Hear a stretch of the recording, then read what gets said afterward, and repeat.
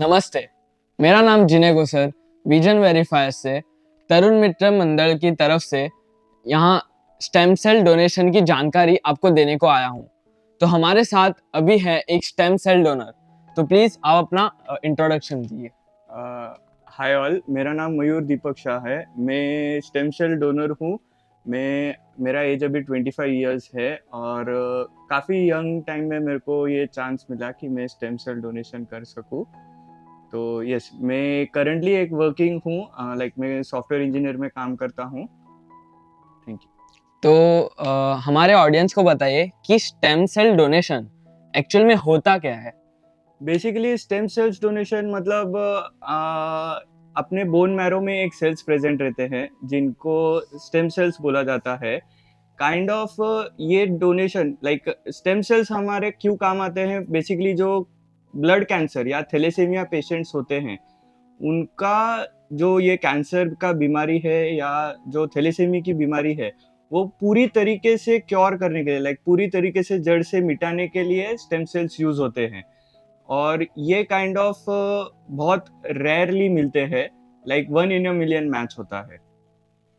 तो ये stem cell donation के बारे में आपको जानकारी कहाँ से मिली?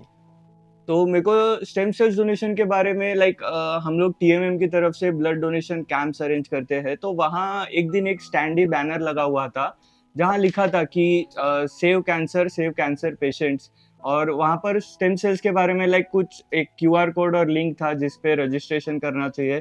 तो मेरे को ऐसा लगा कि एटलीस्ट अपन रजिस्टर करके देखते हैं कि अगर किसी को चांस मिला, मतलब मेरे को चांस मिला कि अगर मैं किसी कैंसर पेशेंट का जान बचा सकता हूँ या इन फ्यूचर भले मिला ना मिला वो बात की बात है, बट एटलीस्ट अपन एक रजिस्ट्रेशन हो जाए। तो वहां से मेरे को उसके बारे में पता चला और मैंने खुद को रजिस्टर किया था वहां पे।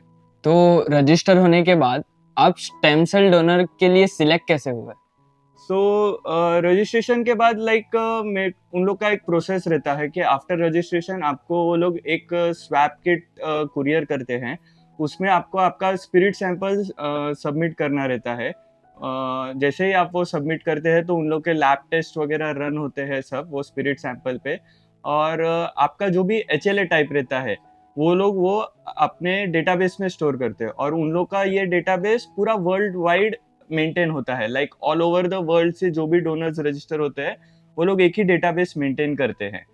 तो उसमें अगर इनकेस इन लोग के पास कोई पेशेंट आता है जिसको स्टेम सेल्स का रिक्वायरमेंट है तो वो लोग वो पेशेंट का HLA टाइप लेते हैं और पूरे डेटाबेस में जितने भी डोनर्स है सबके साथ वो लोग मैच करते हैं कि किसके साथ उसका HLA टाइप मैच हो रहा है। अगर किसी के साथ उनका HLA टाइप मैच हो गया, लाइक पेशेंट का डोनर के साथ मैच हो गया, तो उसके बाद वो लोग कांटेक्ट करते हैं वो डोनर को कि आप अभी कैसे हैं, फिट है कि नहीं, आप डोनेशन पॉसिबल है आपका करने का। वो सब चीज़ें वो लोग कंफर्म करते हैं। तो सिमिलर वे में मैंने जैसे रजिस्टर किया था, मेरा भी उन लोगों ने डेटाबेस में स्टोर किया था। आफ्टर समथिंग 1 ईयर और 1.5 ईयर्स के बाद मेरे को एक कॉल आया था अचानक DKMS की तरफ से जहाँ मैंने रजिस्टर किया था। तो उन्होंने बोला कि आपका एक पेशेंट के साथ HLA टाइप मैच हुआ है, सो आपका स्टेम सेल्स हम लोग लेना चाहेंगे और उसके लिए आप फिट है क्या, मतलब आप डोनेट करने के लिए विलिंग है क्या।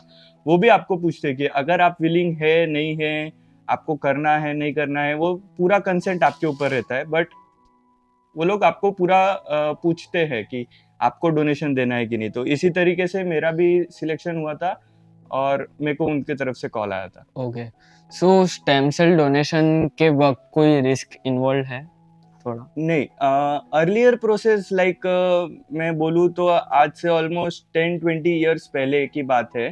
तभी ये सर्जिकल प्रोसेस होता था स्टेम सेल्स डोनेशन का। अपने बोन मैरो में से ये लोग एक्स्ट्रा जो बोन रहता है वो कट करके वहाँ से स्टेम सेल्स एक्सट्रैक्ट करते थे। बट अभी के लिए ये प्रोसेस काफ़ी एडवांस हो चुका है। लाइक फुल 7 to 8 डेज का प्रोसेस होता है इन लोग का, जिसमें ये लोग फर्स्ट 5 डेज आपको एक ग्रोथ फैक्टर का इंजेक्शन देते हैं। लाइक इन लोगों को जितना स्टेम सेल्स का रिक्वायर्ड रहता है ना पेशेंट के बॉडी के लिए, अकॉर्डिंग टू दैट ये लोग एक ग्रोथ फैक्टर का मिनिमम ml सेट करते हैं और वो ml आपको over the span of 5 days वो लोग देते हैं। तो उससे क्या होता है कि आपके जो बोन मैरो में स्टेम सेल्स रहते हैं उनका काउंट इंक्रीज होता है और वो बोन मैरो से ब्लड में ट्रांसफ्यूज हो जाते हैं stem cells, like bone marrow से ब्लड में आ जाते हैं। एंड देन जैसे अपन प्लाज्मा डोनेट करते हैं, सो प्लाज्मा डोनेशन के लिए जिन्होंने किया रहेगा उनको पता रहेगा कि एक हाथ से ब्लड लेते हैं प्लाज्मा एक्सट्रैक्ट करके, दूसरे हाथ से बाकी का ब्लड और ग्लूकोज रिटर्न बॉडी में भेज देते हैं। तो सिमिलर वे में होता है स्टेम सेल्स का भी डोनेशन, लाइक एक हाथ से वो लोग पूरा ब्लड लेते हैं, उसमें से स्टेम सेल्स एक्सट्रैक्ट करते हैं और बाकी का बचा हुआ blood with glucose and potassium वो रिटर्न बॉडी में भेज देते हैं। बट ये स्टेम सेल्स का प्रोसेस काफी लंबा चलता है then plasma. Plasma almost 1.5 hours में हो जाता है, बट स्टेम सेल्स का प्रोसेस के लिए ऑलमोस्ट 3.5 आवर्स आपको वैसे ही बेड पे लेटा रहना पड़ता है। ओके, सो इसमें रिकवरी प्रोसेस इजी है? रिकवरी प्रोसेस एज सच कुछ है नहीं, जो वो ग्रोथ फैक्टर का आपको इंजेक्शन देते हैं उसका टेयर ऑफ होने के लिए नेक्स्ट 2 to 3 months लगता है आपके बॉडी से, but there is no harm, no side effects of the growth factor का इंजेक्शन, कुछ भी आपको नहीं होता है। हाँ, जैसे कि कोई भी नंबर ऑफ सेल्स अपने बॉडी में कम या ज़्यादा होते हैं तो बॉडी उसके ऊपर रिएक्ट करता है, तो नॉर्मल बॉडी पेन या फिर फीवर आना ये नॉर्मल सिम्टम्स है उसके। तो जैसे आपके बॉडी में भी अगर स्टेम सेल्स का काउंट जब बढ़ता है तो नॉर्मल आपको बॉडी पेन होता है, बुखार होता है, बस इससे ज़्यादा और कुछ नहीं होगा, मिनिमम इतना ही हो सकता है, इससे ज़्यादा कुछ नहीं। ओके, सो स्टेम सेल डोनेशन के टाइम पे कुछ अंदाज खर्चा कितना होता है आपके हिसाब से? सो एज सच मेरा एक एनजीओ था DKMS BMST करके, जिधर से मैंने ये स्टेम सेल्स के लिए रजिस्टर किया था। तो हम लोग के तरफ से वो कुछ एक्सपेंसेस लेते नहीं हैं, काइंड ऑफ जो भी रहता है सारे एक्सपेंसेस एनजीओ ही मैनेज करता है। लाइक उनका अभी तक 2 जगह प्रोसेस है, एक पूना में है और दूसरा बैंगलोर में है ऑफिस। बट अगर आप ट्रैवलिंग के लिए रेडी नहीं है, लाइक आपका जॉब है, आप ट्रैवल नहीं कर सकते बट आप विलिंग है डोनेट करने के लिए, तो वो सारे प्रोसेस आपके सिटी में भी अवेल करके देते हैं और आप अपनी सिटी में ही कोई हॉस्पिटल में, नियर बाय हॉस्पिटल में स्टेम सेल्स डोनेट कर सकते हैं वैसे। सो एज सच कुछ भी एक्सपेंस नहीं रहता है from our side as a donor, आपको कुछ भी एक्सपेंस नहीं करना है। इवन आपके घर से निकल के वो हॉस्पिटल तक पहुंचने के लिए, इवन अगर आप बैंगलोर या पुणे सिटी जा रहे हो एज पर जिधर उनके सेंटर्स है, तो आपका आना जाना रहना खाना पीना सब every expense they take care of, आपको कुछ भी खर्चा करने की जरूरत नहीं है। वाह। सो आपके फैमिली का रिएक्शन क्या था जब आपने डिसाइड किया कि मुझे स्टेम सेल डोनेट करना है? पहले तो वो भी काइंड ऑफ क्वेश्चन में थे कि तेरे को क्या होगा, like how your body will be, तेरे को तो कुछ साइड इफेक्ट्स नहीं होंगे, लाइक उनको भी काफी सारे क्वेश्चंस थे, वो लोग भी काइंड ऑफ डर रहे थे पहले कि देना चाहिए नहीं देना चाहिए, वो लोग भी सोच रहे थे। बट मेरा इंटरेस्ट ज्यादा था, मैंने बोला उनको उनको थोड़ा एक्सप्लेन किया, उनको समझाया कि ऐसा कुछ नहीं है, ये सेफ प्रोसेस है। मैंने उसके बारे में रिसर्च भी किया था। इवन मेरे एक रिलेटिव थे जो कि एक स्टेम सेल रिसर्चर है, वो काइंड ऑफ लास्ट 10 ईयर्स से ये स्टेम सेल्स के ऊपर रिसर्च कर रहे हैं। सो हमने उनको भी कंसल्ट किया था पूछने के लिए कि इसके कुछ साइड इफेक्ट्स है या कुछ है, कुछ प्रॉब्लम हो सकता है डोनर को।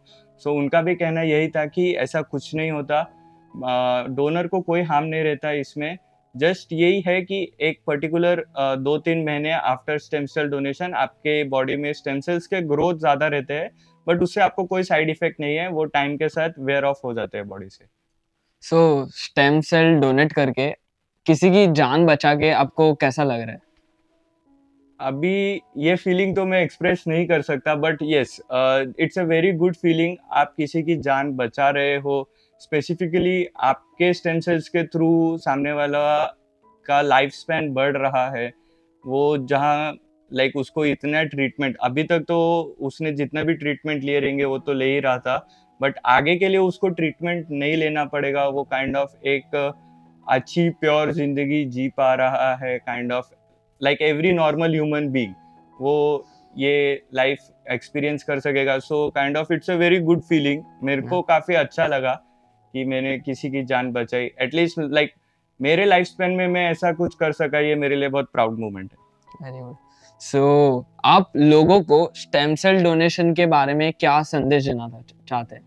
लाइक मैं सबसे रिक्वेस्ट करना चाहूँगा कि इवन दो आपका स्टेम सेल लाइक एचएलए किसी से मैच हो ना हो एक्स वाई जेड, बट अगर आप खुद को एटलीस्ट रजिस्टर कर सकते हैं उसमें, अपना मैच हुआ डोनेशन देना है वो बात की बात है, बट एटलीस्ट अगर आप खुद को रजिस्टर करते हैं तो आप एक स्टेप आगे फॉरवर्ड हो रहे हो आपके लाइफ में कि हाँ भाई मैंने एक इनिशिएटिव लिया है कि मैं किसी की जान बचा सकता हूँ। स्पेशली अभी के लिए स्टेम सेल्स खाली ब्लड कैंसर और थैलेसीमिया के लिए यूज होता है, बट फ्यूचर में ये और भी एडवांस होने वाला है। दूसरे कैंसर्स के लिए भी रिसर्चेस चालू है कि हम लोग स्टेम सेल्स कैसे यूज कर सकते हैं for other cancer treatments as well. So ये रिसर्चेस चालू है और maybe in case future में आपका एचएलए टाइप दूसरे और किसी से मैच हुआ या दूसरे और कोई कैंसर पेशेंट के लिए हेल्प में आया, सो मे बी आपको भी एक चांस मिले और आपको भी खुद पे गर्व होगा कि आपने ये जिंदगी में किसी की जान बचाई है।